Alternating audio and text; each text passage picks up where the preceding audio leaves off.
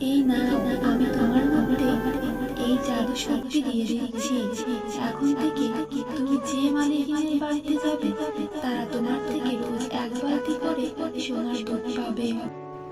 মিচকে শিয়াল বাজার থেকে একটা গাভী কিনে নিয়ে আসে আর সেই গাভীটিকে নিয়ে তার বাড়ি যায়। ওগো, গাভী কিনে আনছো? আমার খুব পছন্দ হয়েছে, বেশ মোটা তাজা। আচ্ছা, গাভীটি কি তাহলে গর্ভবতী নাকি?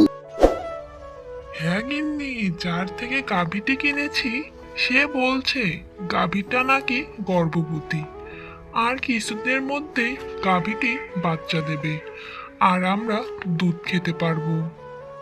আরে বাহ, তাহলে তো ভালোই হলো। শুধু কি দুধ খেতেই পারবো? ওর দুধগুলো বিক্রি করে আমরা অনেক বড়লোক হয়ে যাব, অনেক টাকা রোজগার করতে পারবো। এরপর থেকে মুন্নি শিয়ালিনী সেই গাভীটির অনেক যত্ন নিতে থাকে। গাভীটিকে অনেক ভালো ভালো খাবার দেয় আর অনেক আদর করতে থাকে। এই গাভী, খা, পেট ভরে ঘাস খা, অনেক খাবার খেয়ে তাড়াতাড়ি বাচ্চা দিবি, আর বাচ্চা দিলেই আমি অনেক দুধ পাবো তোর থেকে। এভাবেই বেশ কিছুদিন কেটে যায়। এরপর সেই গাভীটি অনেক সুন্দর একটা বাচ্চা দেয়।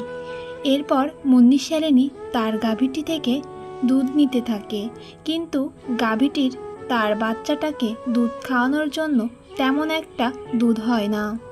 হ্যাঁ গো, দেখছো এই হারামজাদা গাভী কতটুকুনি দুধ দিয়েছে? এই এক বালতি দুধে কি হবে? ওকে কত ভালো ভালো খাবার খাওয়ালাম, এত আদর যত্ন করলাম, আর এখন কি না এতটুকুনি দুধ দিল। ওগো, যতটুকুনি দুধ পেয়েছো ওইটুকুতেই আল্লাহর কাছে শুকরিয়া আদায় করো। ওরও তো ছোট বাচ্চা আছে, ওর বাচ্চাটাকে দুধ খাইয়ে তারপরে না আমাদেরকে দুধ দিবে। ও, তাহলে এই ব্যাপার। ও ওর ছোট বাচ্চাটাকে দুধ খাইয়েছে, আমি এত কষ্ট করে ওকে খাবার খাওয়াবো, আর ও কিনা সব দুধ ওর বাচ্চাটাকে খাইয়ে দেবে। ঠিক আছে, তোমাকে কথা বলতে হবে না, তুমি এবার দুধ দিয়ে বাজারে যাও, যা করার আমিই করব। এরপর মিচকে শিয়াল দুধের বালতিটি নিয়ে বাজারের উদ্দেশ্যে চলে যায়। আরে এই হারামজাদা গাভী, তোকে এত কষ্ট করে খাবার খাওয়াই, জানিস ভুসি গমের দাম কত? আর তুই আমাকে দুধ না দিয়ে তোর বাচ্চাকে দুধ খাওয়াস? আজ তোকে আমি মেরেই ফেলবো। এই নে, তোর কত বড় সাহস, তুই আমাকে দুধ না দিয়ে তোর বাচ্চাকে দুধ খাওয়াস? এখন থেকে তোর বাচ্চাকে বেঁধে রাখবো, তারপর দেখবো কি করে তোর বাচ্চাকে দুধ খাওয়াস। এরপর থেকে মুন্নি শিয়ালিনী গাভীর সেই ছোট্ট বাচ্চাটিকে ঘরে বেঁধে রাখে, আর গাভীটি সেটা দেখে অনেক কাঁদতে থাকে। হাম্বা, আমার মালিকিন অনেক নিষ্ঠুর, আমার এই ছোট্ট বাচ্চাটিকে বেঁধে রেখেছে, দুধ খেতে দেয় না, ও না খেলে যে মরে যাবে। এরপর মুন্নি শিয়ালিনী গাভীর বাচ্চাটিকে বেঁধে রেখে গাভীর থেকে অনেক দুধ নিতে থাকে। হ্যাঁ গো, এই যে দেখো না, আজকে কতগুলো দুধ পেয়েছি, 2 বালতি দুধ পেয়েছি। ওর বাচ্চাটিকে আটকে রেখেছিলাম।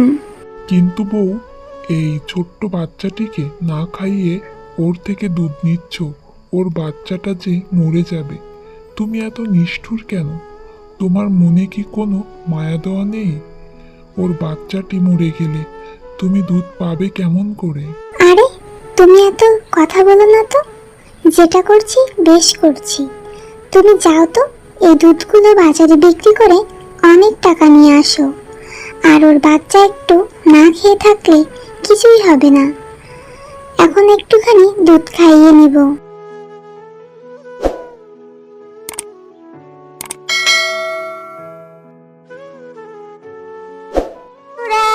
গল্পটি ভালো লেগে থাকলে চ্যানেলটি সাবস্ক্রাইব করে দিও, আর পাশে থাকা বেল আইকনে প্রেস করে আমার পাশেই থেকো।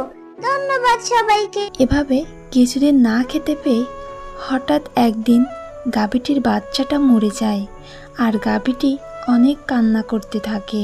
হাম্বা, আমার এই অবুঝ বাচ্চাটা দুধ না খেতে পেয়ে মরে গেছে। আল্লাহ, এই মালিকিনের কি কোনো দয়া মায়া নাই? গাভীটির বাচ্চা মারা যাওয়ার পরেও মুন্নি শিয়ালিনী গাভীটির থেকে অনেক দুধ দোয়াতে থাকে, কিন্তু গাভীটির বাচ্চা না থাকায় গাভীটি বেশি দুধ দিতে পারে না। আর তখন মুন্নি শিয়ালিনী গাভীটিকে মারতে থাকে। হারামজাদা গাভী, আমাকে দুধ দিচ্ছিস না কেন? এই তোর দুধ বিক্রি না করলে আমি বড়লোক হব কিভাবে?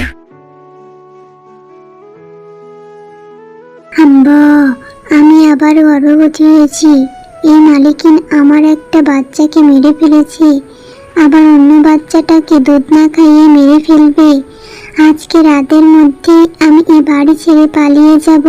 এরপর সেদিন রাতের বেলা গাভীটি মুন্নি শিয়ালিনীর বাড়ি থেকে পালিয়ে যায়, আর পালিয়ে গিয়ে একটা জঙ্গলে দাঁড়িয়ে দাঁড়িয়ে অনেক কান্না করতে থাকে। এমন সময় সেখানে একটি পরী আসে। গাবি, তুমি এত রাতে এই জঙ্গলে দাঁড়িয়ে দাঁড়িয়ে কান্না করছো কেন? তোমার কি হয়েছে আমাকে বলো, আমি তোমাকে সাহায্য করতে চাই। এরপর গাভীটি তার সাথে ঘটে যাওয়া সমস্ত ঘটনা খুলে বলতে থাকে। ও, এই ব্যাপার। তাহলে তোমার মালিকিন তোমার অনেক কষ্ট দিয়েছে, তুমি আর কান্না করো না। এই নাও, আমি তোমার মধ্যে এই জাদু শক্তি দিয়ে দিয়েছি। এখন থেকে তুমি যে মালিকিনের বাড়িতে যাবে তারা তোমার থেকে রোজ এক বালতি করে সোনার দুধ পাবে। আরে, এত সুন্দর একটা গাভী আমার উঠানে কিভাবে এলো? আমি তো কোনো গাভী কিনিনি। ওগো, শুনছো? এদিকে এসো না। এই দেখো না, এই গাভীটি সকাল সকাল আমাদের উঠানে দেখছি। হ্যাঁ গো, গাভীটির পেট দেখে তো মনে হচ্ছে ও গর্ভবতী। গাভীটি খুবই দুঃখী, ওকে আমরা আমাদের বাড়িতে রেখে দিই। আরে, তুমি এটা কি বলছো? নিজেরাই দুই বেলা দুমুঠো ভাত খেতে পারি না, আবার এই গাভীটিকে রেখে ওকে আমরা কি খাওয়াবো বলো? হাম্বা, তোমরা আমাকে রেখে দাও। আমার বাচ্চাটা জন্ম হওয়া পর্যন্ত আমাকে থাকতে দাও। আমার বাচ্চা জন্ম দিলে আমি তোমাদেরকে উপকার করব। বউ, দেখলে তো গাভীটি আমাদের কাছে এত করে অনুরোধ করছে, তাহলে গাভীটিকে আমরা রেখে দিই। ও কতটুকুনি বা খাবার খাবে? তাছাড়া আমাদের বাড়ির আশেপাশে অনেক কাঁচা ঘাস আছে, সেগুলো খাওয়ালে ওর পুষ্টি হবে।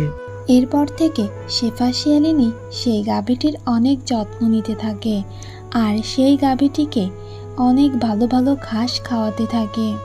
এভাবে বেশ কিছুদিন পর গাভীটি আরও একটি বাচ্চা দেয়। আরে, এই গাভীটির কত সুন্দর একটা বাচ্চা হয়েছে, ঠিক গাভীর মতন। কিন্তু গাভীটি যে বলছিল ওর বাচ্চা হলে ও আমাকে উপকার করবে, আমাকে তো এখনো উপকারই তো করলো না। হাম্বা, আমি সেই কথা ভুলিনি মালিকিন। তুমি রোজ রোজ আমার থেকে এক বালতি করে দুধ নিবে, আর সেই দুধগুলো সোনার দুধ হবে। ওই দুধ বিক্রি করে তোমরা অনেক ভালোভাবে থাকতে পারবে। এরপর গাভীর কথা মতন শেফা শিয়ালিনী দুধ দোহাতে থাকে, আর হঠাৎ করে সেই দুধগুলো সোনার দুধ হয়ে যায়। ওগো, তুমি কোথায় গেলে গো? তাড়াতাড়ি এইদিকে আসো। দেখো না কি অবাক কাণ্ড হয়েছে। দেখো না, এই গাভীটি সোনার দুধ দিচ্ছে।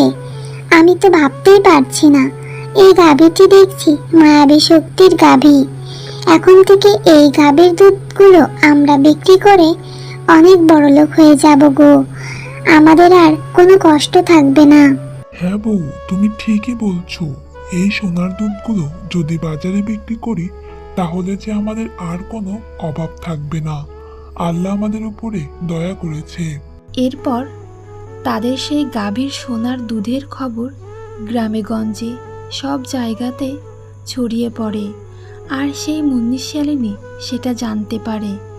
এরপর শেফা শিয়ালিনীর বাড়িতে চলে যায়। আরে, এই শেফা, তোর বাড়ির এই গাভীটি আমার গাভী, আমার বাড়িতেই ছিল। ও ভুল করে পথ ভুলে তোর বাড়িতে চলে এসেছে। শুনছি আবার গাভী নাকি তোকে সোনার দুধ দেয়। আমার গাভীটি এখনই আমাকে দিয়ে দে বলছি। এটা তুমি কি বলছো মুন্নি ভাবি? এই গাভীটি অনেক আগেই আমার বাড়িতে এসেছে। এই গাভীটিকে কত যত্ন করে খাইয়ে দাইয়ে এই পর্যন্ত বড় করেছি, আর এই বাচ্চাটাও হয়েছে। এখন আমি এই গাভীটি তোমাকে দিয়ে দিতে পারবো না। আর গাভীটি যে তোমার ছিল তার কোনো প্রমাণ নেই তোমার কাছে। আরে আমার গাভী আমি নিয়ে যাব, আবার তোকে প্রমাণ দিতে হবে? এই গাভীটি আমি টাকা দিয়ে কিনেছি, বুঝেছিস? আর আমার গাভীর দুধ দুয়ে তুই কোটিপতি হয়ে যাবি, সেটা আমি কোনোদিন হতে দেব না। এখনই এই গাভীটি আমি নিয়ে যাব। হাম্বা, তুই আমার উপর অনেক অত্যাচার করেছিস। আমার দুধের বাচ্চাটাকে না খাইয়ে মেরে ফেলেছিস। আমার বাচ্চাটাকে একটু দুধ খেতে দিসনি, তাই এর শাস্তি তোকে পেতেই হবে। এখন আমি জাদু শক্তির অধিকারী। এই নে, তোকে আমি শাস্তি দিলাম, এখন থেকে শাস্তি ভোগ করতে থাক। আমার গা জ্বলে গেল, আমাকে ছেড়ে দাও গাভী। আমি আর কোনোদিন লোভ করব না, আমাকে ছেড়ে দাও। আমি আমার পাপের শাস্তি পেয়ে গেছি, আমি তোমাকে নিয়ে যাব না গাভী। আমাকে এক্ষুনি ছেড়ে দাও বলছি।